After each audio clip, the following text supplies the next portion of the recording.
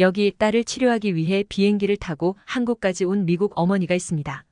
난생 처음 인천공항을 본 그녀는 거대한 공항의 크기에 압도되는데요. 그리고 입국하는 그녀를 향해 손을 흔드는 이들이 있습니다. 그리고 저희의 이름이 적힌 환영 팻말을 들고 있는 사람들이 있었죠. 밝은 얼굴로 자신을 맞이하는 사람들을 보며 점점 가까이 다가가던 그녀는 이상하게 낯익은 듯한 남자의 얼굴을 보고 깜짝 놀라는데요.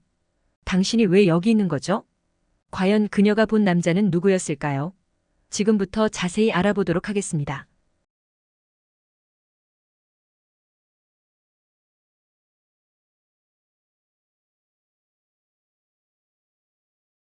안녕하세요. 저는 미시간주 플린트에 사는 올리비아 코노이라고 합니다. 한국인 여러분께 사연을 꼭 전달하고 싶어 한국어 번역기와 한국어를 잘하는 지인의 도움을 받아 이렇게 제 이야기를 보내게 되었는데요. 어릴 때부터 플린트에서 자란 저는 19살 때 낳은 딸을 홀로 키우며 살았는데요. 원래는 임신 때문에 급하게 결혼해 남편과 함께 살고 있었지만 그에게 맞고 사는 삶을 버티지 못해 도망쳤습니다. 남편하고 있었을 때와 달리 저 혼자 생계를 책임져야 했기 때문에 저는 부모님께 맡기고 일을 나가기 시작했습니다. 사람들은 그에게 양육비를 받으라고 했지만 인간 말종인 그 인간한테 굳이 양육비를 받고 싶지 않았어요.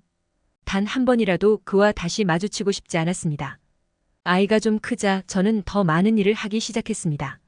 낮에는 노점상에서 핫도그를 팔고 저녁에는 건물 청소를 하러 다녔죠. 부모님은 저를 보고 무척 걱정이 많았습니다. 플린트는 미국에서 가장 범죄율이 높은 도시 중 하나거든요. 여자 혼자 어두워진 저녁에 일할 만한 도시는 아니었습니다. 하지만 먹고 살기 위해서는 어쩔 수 없었습니다. 그날도 열심히 노점에서 핫도그를 팔고 퇴근 시간이 되자 가게를 정리하던 저에게 한 남자가 다가왔습니다. 몰골이 말이 아닌 동양인 남자가 제 쪽으로 터덜터덜 걸어오더니 핫도그를 뚫어져라 쳐다보고 있었습니다. 저는 처음에 약을 하는 불황자인 줄 알고 무시하려고 했지만 자세히 보니 그렇다기엔 옷이 너무 멀쩡하고 냄새도 안 났습니다.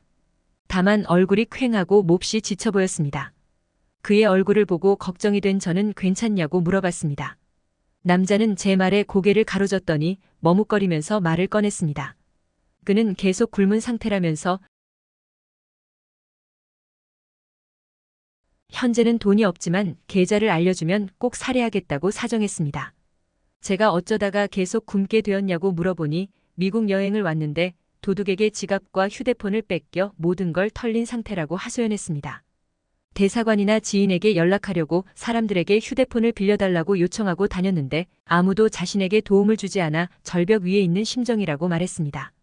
거의 울기 직전인 그를 불쌍히 여긴 저는 그에게 핫도그를 만들어줬고 휴대폰도 빌려줬습니다.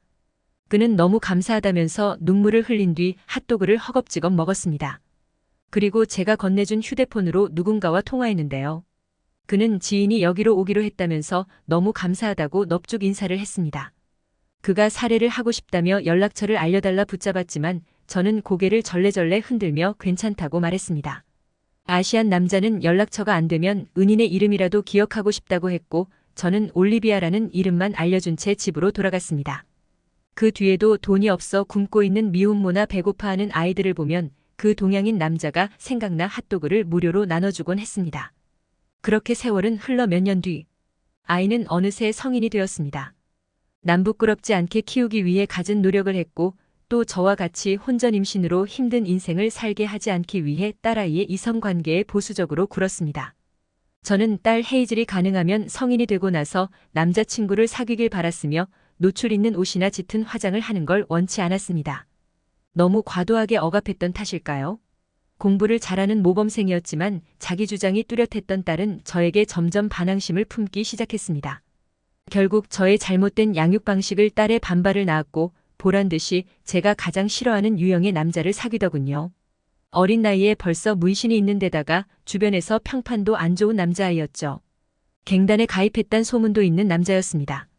저는 노발대발하면서 어떻게 이런 놈이랑 사귀냐고 말했지만 딸은 제 말을 듣지 않고 성인이 되자마자 그 남자와 함께 동거했습니다. 제발 그 남자와 헤어지라고 종용했으나 헤이즐은 제 말을 듣기 싫은지 연락까지 끊어버렸죠. 제가 딸을 몇 개월 만에 다시 보게 된 것은 병원이었습니다. 그녀는 온몸에 멍이 들어 있었고 얼굴에는 붕대가 칭칭 감겨 있었습니다. 딸의 처참한 몰골을 본 저는 오열했습니다. 의사 선생님 말씀에 따르면 그 쓰레기 같은 놈이 의처증에 걸려 우리 딸을 사정없이 해코지한 모양이었습니다. 그 남자는 다시는 얼굴을 들고 다니지 못하게 만들어주겠다라면서 제 딸의 얼굴을 엉망으로 만들어놨다고 합니다. 딸은 그 뒤로 몇 차례 얼굴에 수술받았습니다. 몇 개월 뒤 건강은 되찾았지만 딸의 얼굴은 예전으로 돌아오지 못했습니다. 칼로 그은 자국은 그대로 흉터가 되었고 딸은 내색은 안 했지만 밤늦게 혼자 자기 얼굴을 보고 흐느끼곤 했습니다. 그걸 몰래 지켜보는 제 마음도 얼마나 고통스러웠는지요. 저는 딸의 흉터를 제거할 수 있는 수술을 알아보기 위해 갖은 노력을 했습니다. 하지만 의료비가 비싼 미국의 실정상 흉터 제거 수술에는 정말 어마어마한 돈이 들어갔습니다. 정부에서 주는 범죄 피해자 보상금으로는 감당할 수 없는 금액이었습니다. 우리 집은 저소득층이라서 보건의료 혜택인 메디케이드를 받을 수 있었지만 흉터 제거를 잘하는 곳이라고 찾아간 병원에서는 하나같이 메디케이드를 거부했습니다. 한국 같은 나라들은 국가에서 지정한 의료보험을 의사가 임의로 거부할 수 없지만 미국에서는 아무리 국가에서 지정한 의료보험이라고 해도 의사 개인에게 강요할 수 없습니다. 의사 입장에서는 메디케이드 환자를 받는 것보다 보험이 안 든 환자나 사보험을 든 환자들이 환급률도 좋을 뿐더러 더 많은 돈을 지급하기 때문에 메디케이드 환자를 꺼렸습니다. 하지만 의료보험이 없으면 저는 수억 대의 돈을 내야 했고 저에겐 그럴 돈이 없었습니다. 지푸라기라도 잡는 심정으로 저는 페이스북에 도와달라는 글을 올렸습니다. 이 글을 읽는 사람 중 성형외과 전문의가 계신다면 제발 메디케이드를 한 번만 받아달라고 사정했죠. 그런데 제 글을 본 사람 중 어떤 남자가 저에게 메시지를 보내왔습니다. 자기 병원에서 치료해주고 싶다는 것이었습니다. 저는 기뻐하며 감사하다고 말했습니다. 그런데 남자는 문제가 하나 있다고 말했습니다. 제가 일하는 병원이 한국 병원이라서요. 비행기표는 드릴 거고 수술비도 안 내셔도 됩니다. 대신 한국까지 와주실 수 있나요? 저는 처음에 이 말을 듣자마자 사기꾼이네라는 생각이 들어 답변하지 않고 무시했습니다. 사람을 우습게 봐도 정도가 있지 한국까지 오라는 이런 말 같지도 않은 낚시에 누가 걸리나요? 그러나 곧 얼마 지나지 않아 저는 지푸라기라도 잡는 심정으로 다시 그 남자에게 메시지를 날렸습니다. 저희 딸이 스스로 목숨을 끊으려고 했기 때문이죠. 수면약을 몇십 알씩 먹은 딸은 병원에 실려갔고 유서까지 남긴 상태였습니다. 다행히 살아났지만 지독할 정도로 조용하고 말이 없어졌습니다.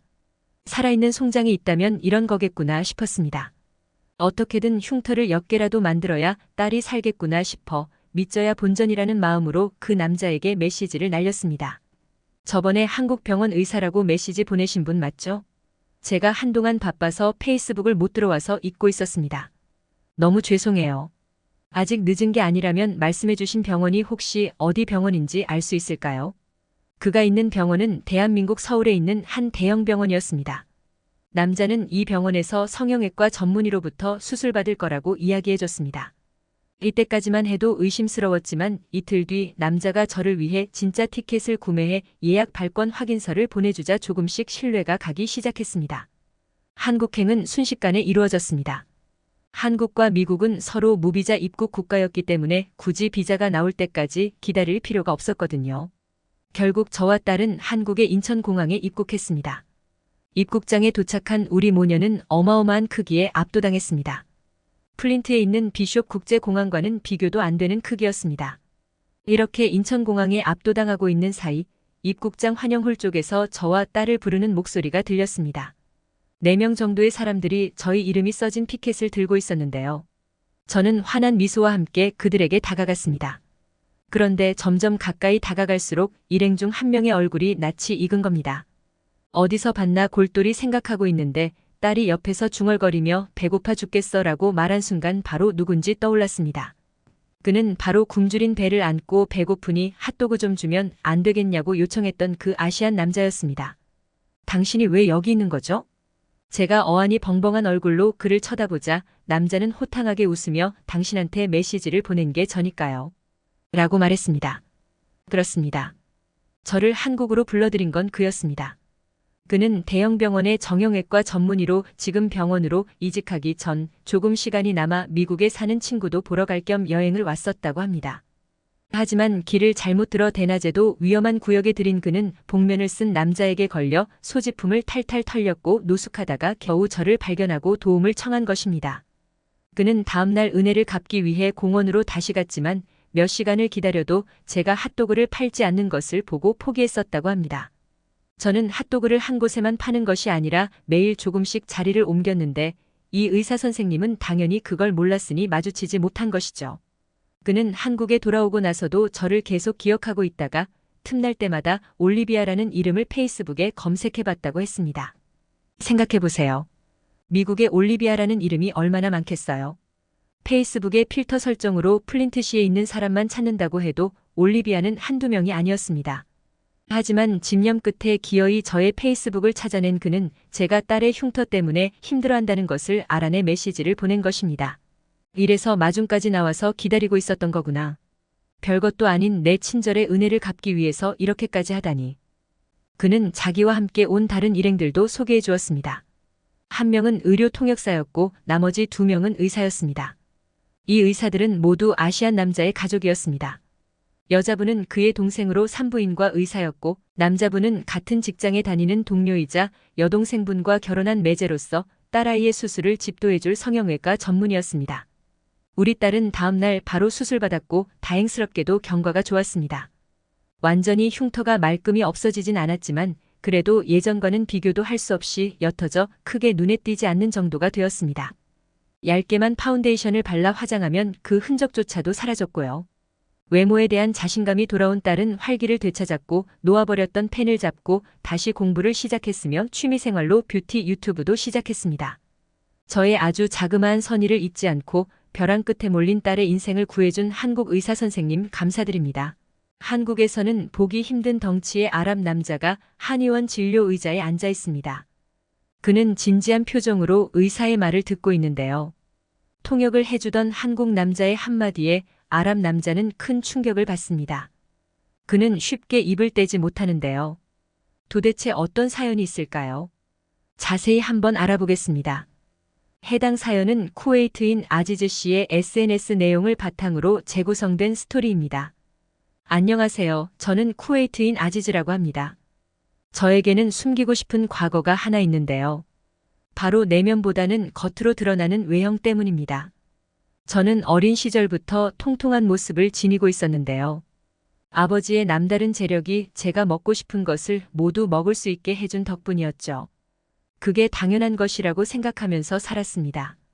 제가 가질 수 없는 것은 하나도 없었죠. 가족 중에서 제가 특히 먹는 것을 좋아했는데요.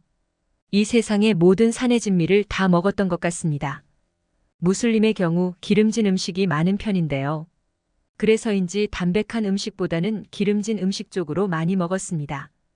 저는 운동도 좋아하는 편이 아니라서 살이 찌는 건 한순간이었죠. 크면 금방 빠질 것이라면서 어머니가 많이 먹어도 된다고도 해주셨어요. 남자는 덩치가 큰 것이 매력이라고 하면서요. 그렇게 저는 살에 대한 걱정 없이 먹었죠. 지금 생각하면 먹는 것에 비해 살이 더 많이 쪘던 것 같긴 해요. 가족들은 제가 살이 찔 때마다 귀엽다고 해줬습니다. 하지만 그건 어디까지나 어렸을 때의 일일 뿐이었죠. 성인이 되어가는 시점에는 뚱뚱하다고 부를 정도로 살이 찌자 아버지는 저에게 기업의 이미지를 망칠 뿐이라며 저에게는 물려줄 사업이 없다고 하셨습니다. 저는 정말 당황했어요. 후계자가 되기 위해서 경영에 관련된 공부만 열심히 해왔는데 소용없는 일이 되었으니까요. 하지만 음식을 포기하는 것은 너무 힘든 일이었죠. 예전의 아랍에서는 뚱뚱한 것이 부의 상징이나 마찬가지였으나 서구화된 현재는 전혀 아니죠. 저는 그저 뚱뚱한 사람에 불과하더군요. 더군다나 후계자들은 기업의 이미지를 위해 좋은 모습으로 관리가 필요했습니다.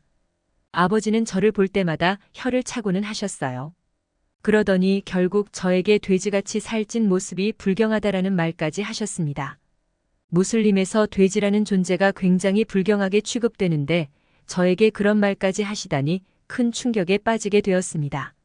아버지는 저를 따로 불러 남에게 보이기 부끄럽다며 쿠웨이트를 떠나 조용히 살라고 하셨습니다. 돈은 얼마든지 줄 테니 눈앞에서 사라지라고 하시더군요. 자신에게는 첫째 아들이 없었던 것으로 생각하겠다면서요. 잔인한 아버지의 말에 저는 모든 의지를 잃고 고향을 떠나기로 했습니다. 어머니는 저를 붙잡고 잘못했다고 빌라고 하셨으나 저는 도저히 무엇을 빌어야 하는지 알 수가 없었어요. 저는 미국으로 향했습니다. 그래도 경영에 대한 공부는 지속하고 싶었기에 대학에 들어갔습니다. 하지만 미국에 있다 보니 햄버거, 피자 같은 기름진 음식만 먹어서 그런지 제 몸은 점차 더 커지기 시작했습니다. 130kg이 넘어가니 이건 아니다 싶더군요. 다이어트 약도 먹어보고 PT도 진행해봤어요. 하지만 잠깐 빠질 뿐이었습니다. 그마저도 시간이 지나면 오히려 더 살이 쪄서 몸은 쉴 새 없이 불어났죠. 저는 미국에서조차 뚱뚱하다고 부를 만큼 몸이 커졌습니다. 모든 것을 포기하고 살아가던 중에 우연한 계기로 같은 학과 수업을 받던 한국 친구와 친해졌습니다. 성우라는 이름의 한국인은 제가 공부를 잘하는 것 같다면서 여러 가지를 물어보던 도중에 같이 밥을 먹자고 하더군요. 그날 성우로 인하여 한인타운에 처음으로 가게 되었죠. 차이나타운과는 또 다른 느낌을 주는 곳이었죠. 사람들이 쓰는 언어, 풍기는 이미지가 중국 사람들과는 확연히 다르긴 하더군요. 저는 성우와 함께 한식당에 들어갔습니다. 그는 발음이 어려운 두 가지 음식을 시켰는데요.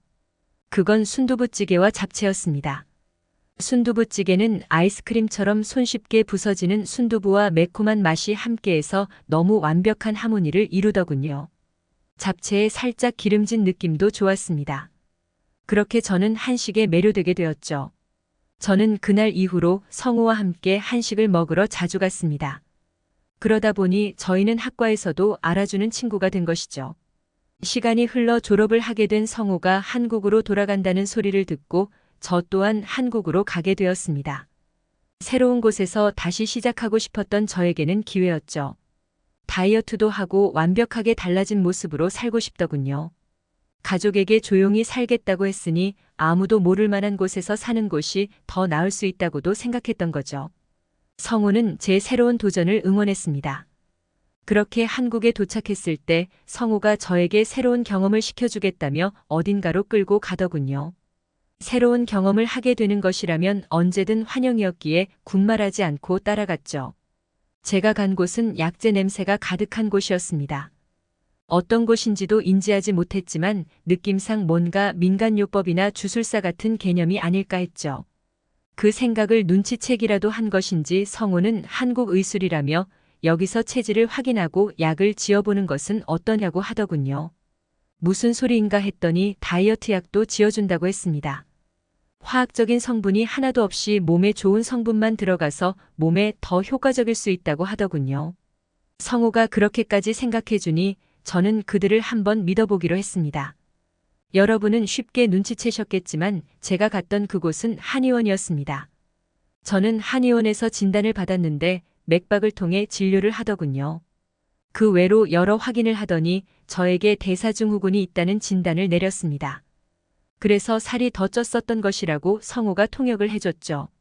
많이 먹었던 것이 문제가 아니었다는 것을 알고 나니 충격에 휩싸였습니다.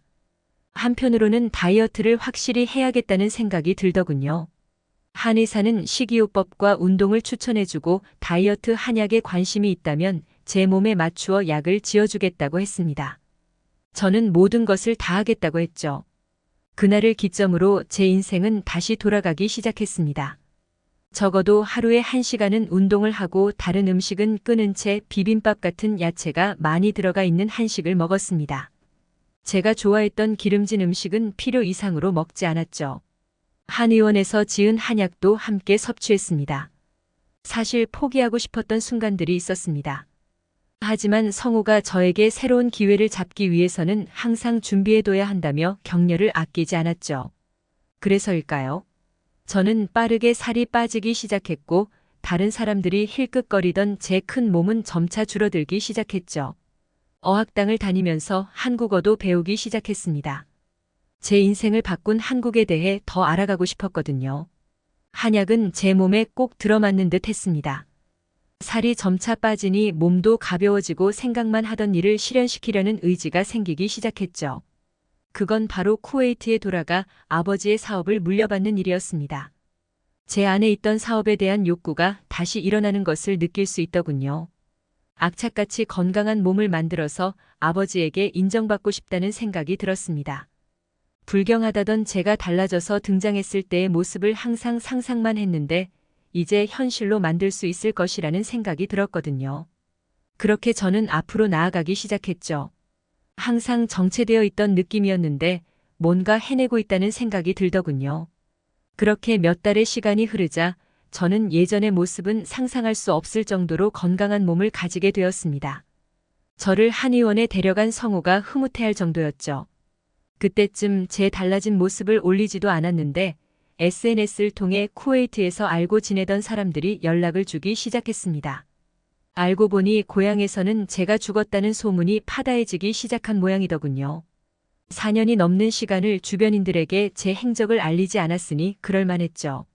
아버지 또한 저를 찾지 않으니 아버지가 아들을 죽인 것이 아니냐는 말까지 나왔던 것 같습니다.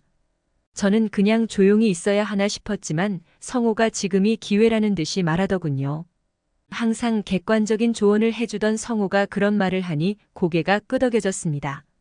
그 누구에게도 연락을 하지 않고 저는 아버지의 생신에 맞추어 고향으로 향하기로 했습니다.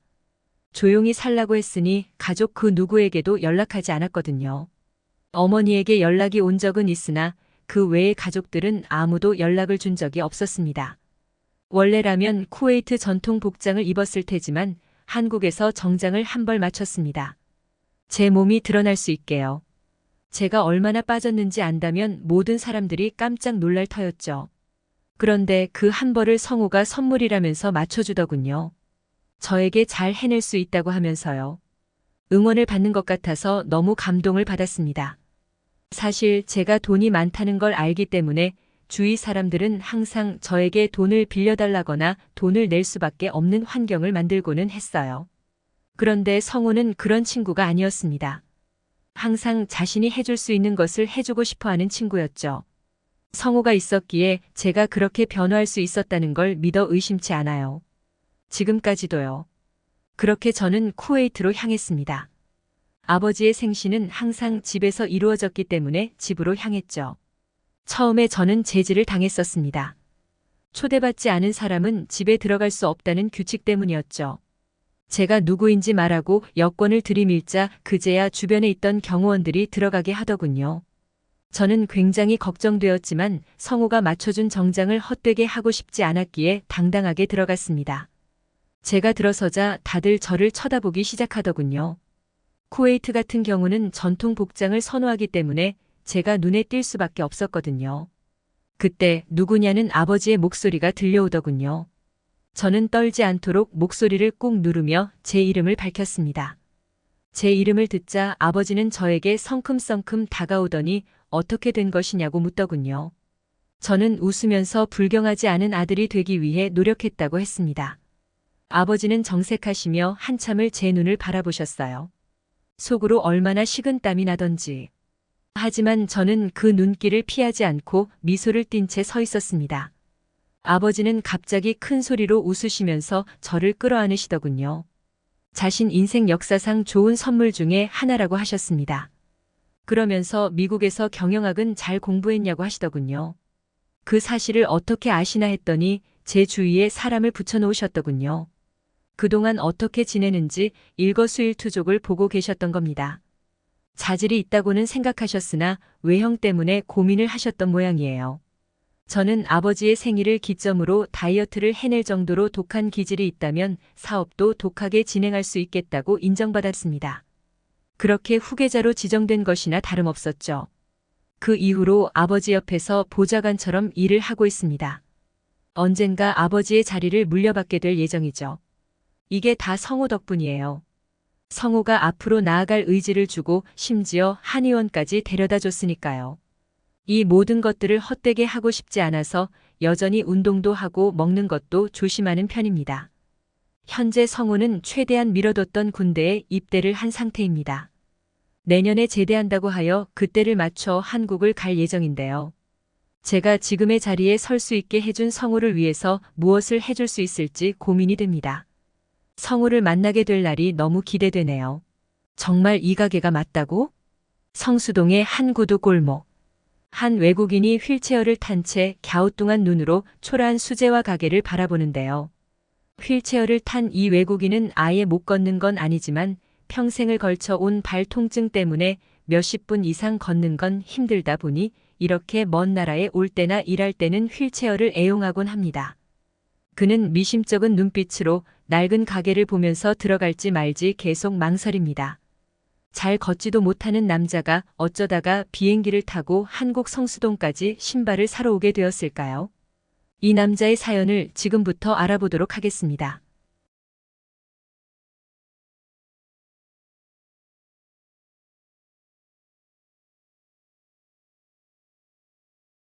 안녕하세요.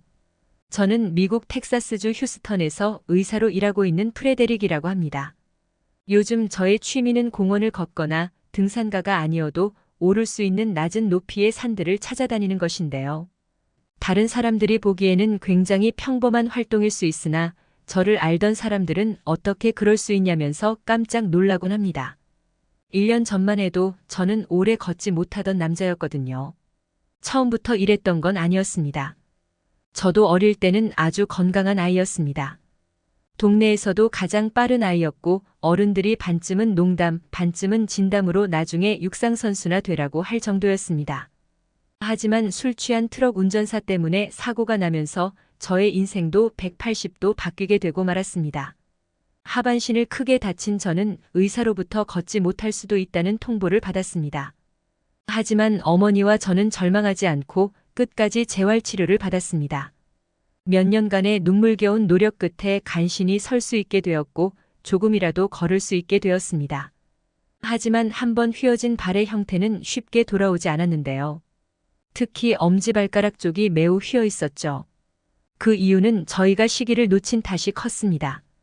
저희의 수술을 담당했던 병원에서는 이건 우리 병원에서 완벽하게 해결하긴 어렵다고 다른 의사를 추천해줬죠. 제가 발이 틀어진 것을 고치기 위해 꼭 이 의사를 찾아가야 한다고 했습니다. 이 분야에 있어서는 명의라고 하더군요. 그러나 그 의사가 있는 병원에서는 저희의 의료보험인 메디케이드를 거부했습니다. 그 당시 미국의 국가 의료보험은 사립병원에서 거부하는 것이 가능했거든요. 지금도 이런 일들은 가끔씩 일어나곤 해서 환자들이 소송이나 항의를 하는 곳들이 있는 걸로 알고 있습니다.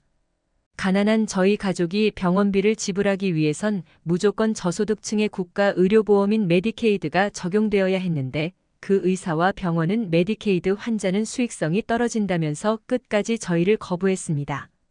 저희 엄마가 대체 얼마가 필요하냐고 하자 수억의 돈을 부르는 겁니다.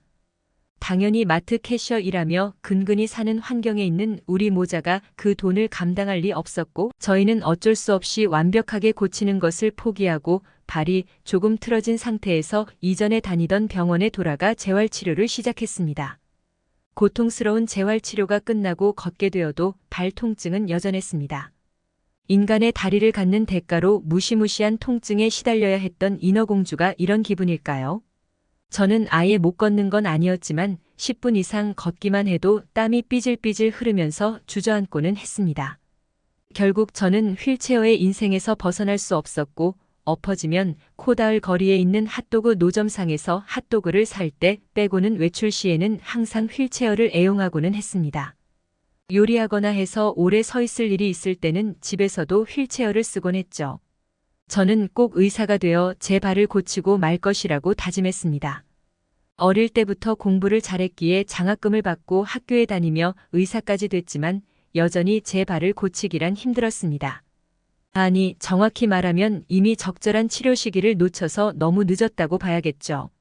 저는 그렇게 평범한 사람들이라면 할 수 있는 산책, 등산, 도보 여행 등은 꿈도 못 꾸는 상황이었고 어쩔 수 없이 몇십 년을 체념하며 살아와야 했습니다. 하지만 저의 운명을 바꿔놓은 계시가 내려온 날이 있었습니다.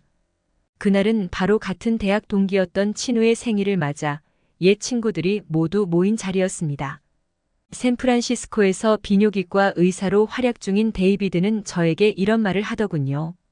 자네 아예 못 걷는 건 아니고 통증 때문에 참을 수 없어서 그런 거면 신발을 바꿔보는 게 어때? 내 사촌이 말이야. 그가 들려준 이야기는 아주 기이했습니다. 발이 틀어져 1시간도 걷지 못하는 그의 사촌은 저처럼 휠체어를 타고 다니거나 목발을 하고 다녔는데요. 그는 우연히 한국 남자에게 시집간 딸내미를 보러 갔다가 딸이 아빠한테 딱 맞을 것 같은 수제화 집이 있다면서 같이 가자고 재촉했다고 합니다. 처음에는 너무 가게가 작아 과연 이런 곳에서 자기한테 맞는 신발을 맞출 수 있을지 걱정스러웠는데 치수를 맞추고 배송된 신발을 신어보니 그 이후로부터 2시간이고 3시간이고 걸을 수 있게 되었더랍니다. 그 이야기를 듣고 나서 제가 생각났다면서 저를 보면 꼭 그 가게를 가보라고 말해주고 싶었다고 합니다. 처음에 그 이야기를 들었을 때는 웃으며 넘기려고 했지만 집에 돌아가 침대에 누워 생각해보니 혹시나 하는 마음이 저도 스멀스멀 올라오기 시작했습니다. 결국 저는 그 친구에게 그 한국 신발 가게의 연락처를 달라고 했고 휴가를 맞아 성수동에 있다는 수제화 거리로 찾아가기 위해 한국행 비행기를 타고 바다를 건너갔습니다. 도착한 한국 성수동 수제화 거리에는 정말 다양한 신발 가게들이 즐비해 있었습니다. 보는 재미도 있다 보니 눈요깃거리가 됐지만 제가 찾으려고 하는 가게는 이런 가게들이 아니었습니다. 인터넷 지도를 보며 열심히 찾았지만 그 가게만 유독 보이지 않았습니다.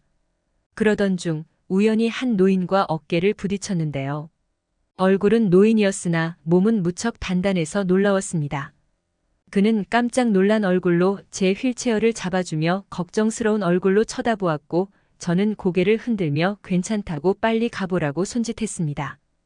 여러 번 재촉하고 나서야 사라지는 노인을 보며 저는 감탄했는데요. 휠체어에 부딪혔으면 상당히 아플 텐데도 그 남자는 전혀 타격이 없어 보였습니다. 흰 머리와 주름살 가득한 얼굴과 달리 탄탄해 보이는 몸과 정정한 그의 걸음걸이에 홀렸기 때문일까요? 저도 모르게 그를 따라 발걸음이 움직였는데요. 스스로 따라가고 있다는 사실을 인지하고 아차 싶었을 때 찾고 있던 가게가 나타났습니다. 저는 순간 진짜 이 가게가 맞나 싶어 친구가 사진으로 찍어준 간판 글자와 대조했습니다. 가게는 분명 맞는 것 같은데 소박한 분위기를 풍기는 가게들 사이에서도 유독 더 작고 낡아 보였습니다. 진열된 신발 또한 아주 세련된 스타일보다는 조금 투박한 것 같았습니다. 여기서 저에게 맞는 신발을 찾을 수 있을지 긴가민가 하는 마음으로 고민한 끝에 저는 문을 열고 가게 안으로 들어갔습니다. 가게 안쪽에는 아까 그 정정한 노인이 있었습니다. 아마도 이 가게의 사장인 것 같았어요. 그는 휠체어를 타고 나타난 저를 보고 다시 한번 놀라며 일어나서 인사를 했습니다. 저는 아들내미가 알려준 대로 번역기 어플을 이용해 최대한 저의 의사를 전달했습니다. 나이 드신 어르신이라 걱정했는데 다행히도 수제화를 사러 왔다는 번역 내용이 잘 전달되었는지 알아들었다고 고개를 끄덕이시더군요. 저는 휠체어에서 조심스럽게 일어섰고 그 노인은 제 발을 빤히 쳐다보았습니다. 그는 제 발을 빤히 쳐다보더니 제 휴대폰 번역기에다 가져다 대면서 무어라 이야기했습니다. 저 말고도 외국인 손님이 많았던 걸까요? 그는 노인답지 않게 이런 번역기를 쓰는데 무척 익숙해 보였습니다. 신발 신은 모습을 보아하니 발이 삐뚤어져서 걸음이 많이 불편했겠소. 특히 왼쪽 발이 더 문제구먼. 혹시 무지 외반증도 있는 것 아니오? 그 말을 듣고 나서 저는 깜짝 놀랐습니다. 아니, 어떻게 제 신발 신은 모습만 보아도 어느 쪽 발이 더 불편한지 알아내고 심지어 엄지발가락이 둘째 발가락 쪽으로 흰 무지 외반증까지 있다는 것까지 알아낼까요? 순간 소름이 쫙 돋더군요. 남자는 신발을 벗어보라고 했고 그의 주문에 따라 의자에 앉아 신발을 벗었습니다. 그는 제 발을 만지면서 무언가를 알아내려는 듯 했습니다. 그리고는 줄자를 가지고 와 치수를 재더니 곧이어 분홍색 스펀지 상자를 가지고 오더군요. 그는 이 스펀지 상자가 발에 본을 뜨는 역할을 한다고 하더군요.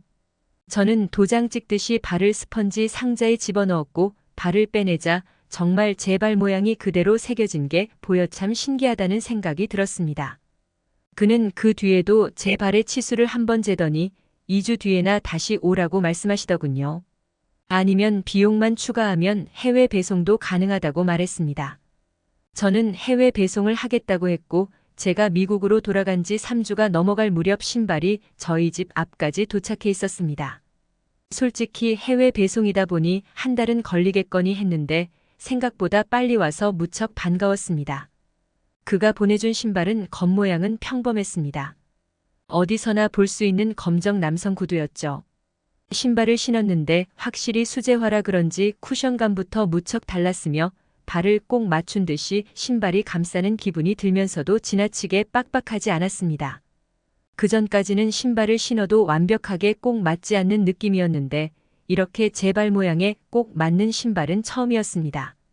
무엇보다 이런 남성 구두를 신다 보면 길들이기 과정에서 뒤꿈치가 까지거나 물집이 생기는 일도 있는데 이 신발은 그런 과정을 거치지 않고도 편하게 신을 수 있었습니다. 이상하게도 10분 이상 걷는데도 평소와 달리 훨씬 덜 아프더군요. 그래서 기대를 하고 더 많이 걸었는데요. 저는 교통사고가 나고 나서 처음으로 30분 이상 산책을 했습니다. 그날 제 와이프와 함께 눈물을 흘리며 얼마나 기뻐했는지 모릅니다. 저는 그렇게 조금씩 걷는 시간을 늘려갔고 4달 뒤에는 최장으로는 1시간 반이 넘는 시간을 걸을 수 있게 되었습니다. 흥분한 저는 당장 그 장인에게 다른 구두와 등산화까지 해서 4켤레를 더 주문시켰습니다. 저는 도착한 등산화를 보면서 내년 가을이 다가올 쯤에는 반드시 가벼운 등산 정도는 성공하리라 마음먹었습니다. 그리고 2023년 현재 저는 와이프와 동네 뒷산 같은 작고 낮으며 경사가 심하지 않은 산들을 가끔 등반 다니곤 합니다. 물론 정상까지 올라가긴 힘들고 중간까지 갔다가 내려오곤 합니다. 그래도 산책도 못 다니던 시절에 비하면 이것만 해도 어딥니까? 한국의 신발 가게가 정말 저의 인생을 바꿔놓은 것입니다. 돈을 주고 사들인 거지만 사장님께는 정말 갚지 못할 은혜를 입은 기분이랄까요? 10월쯤에 저의 인생을 바꿔준 수제화 장인님께 선물을 들고 저희 부부와 함께 방문할 예정입니다. 그때는 휠체어가 아닌 2발로 당당하게 가게 안에 들어갈 생각입니다. 저희 클릭뉴스는 언제나 감동적인 사연을 기다리고 있으니 제보 부탁드립니다.